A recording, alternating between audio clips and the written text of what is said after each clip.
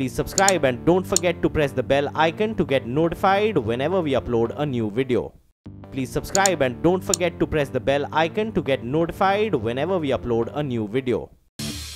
A big day for Mumbai. The long-awaited Development Plan 2034 has finally got a nod from the government. While the DP is a crucial document in determining the city's land use and infrastructure development for the next 20 years, this is also a document that sets the path for making Mumbai a more livable city and comes after 25 years. The current blueprint, which exists, was prepared sometime in the 1980s when the textile industry was nearing collapse and was sanctioned in 1994. Mumbai's population that time was 9.9 million and today it's 22 million, with 41% of its population living in the slums. Let me toss to my colleague Ashwini Priolkar, who was at the press conference. So Ashwini, what are the highlights? And I believe the government is likely to keep this open for one more month for public suggestions. Mumbai's draft development plan 2034 is as good as approved, but for a few technicalities.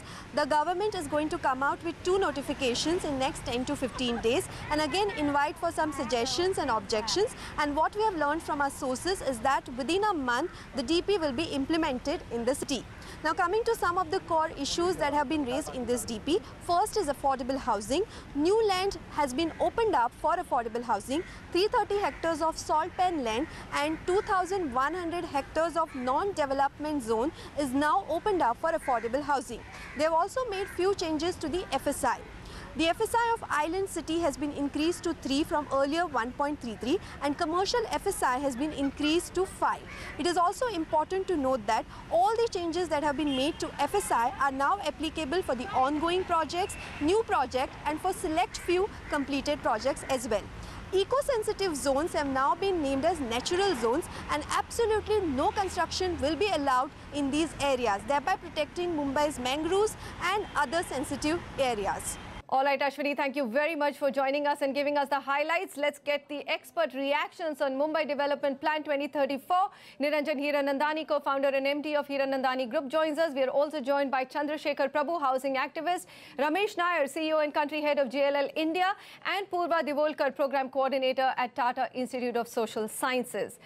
All right, so it's not 37 hectares as we heard, but 21 hectares of no development zone and 330 hectares of salt pan, so 2,400 hectares.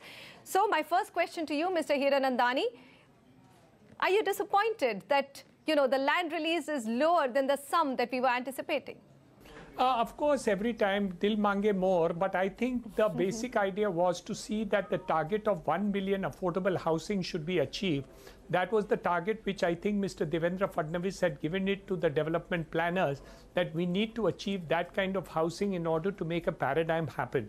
As you said before, 45% of the people live in jhopatpattis in Mumbai. And if you count dilapidated and other housing, my gut feel is more than 60 people are living in houses which they should not be staying in as far as the city is concerned. So I think the new development plan clearly makes a mandate in order to move in the right direction. There was, of course, the very, very, very big concern of people, especially like Mr. Chandrasekhar Prabhu, where he rightly pointed out that the infrastructure of Mumbai would not be able to carry this kind of weight. But today, as you have seen, the population has already come into the city and there is no alternative and you can't push them out of Mumbai. We need to create housing stock in order to meet the objectives of this. So I think a good start is taking place for the purposes of it.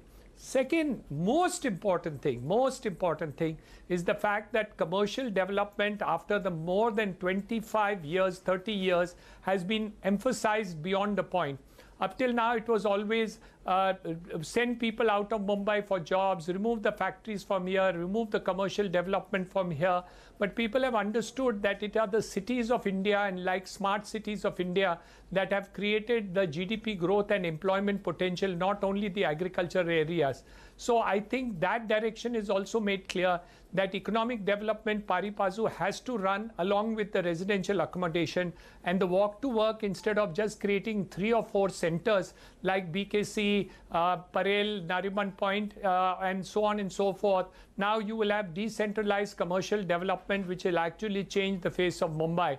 And that, along with infrastructure of metro, will make a change Mumbai happen, and hopefully in an early period of time.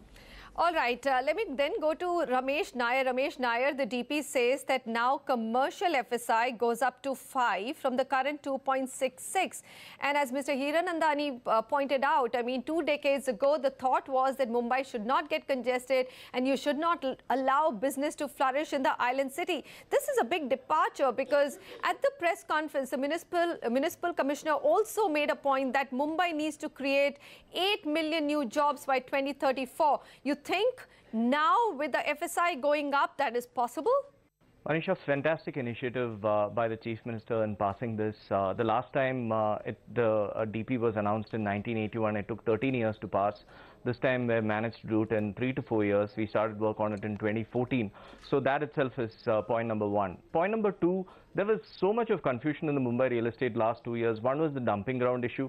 Second was the confusion with regards to DP 2034, because of which supply had stopped coming in the city. And if supply doesn't come, how will prices be reasonable and how will people be able to afford? So with this, that confusion is over. So new supply, new launches will start again.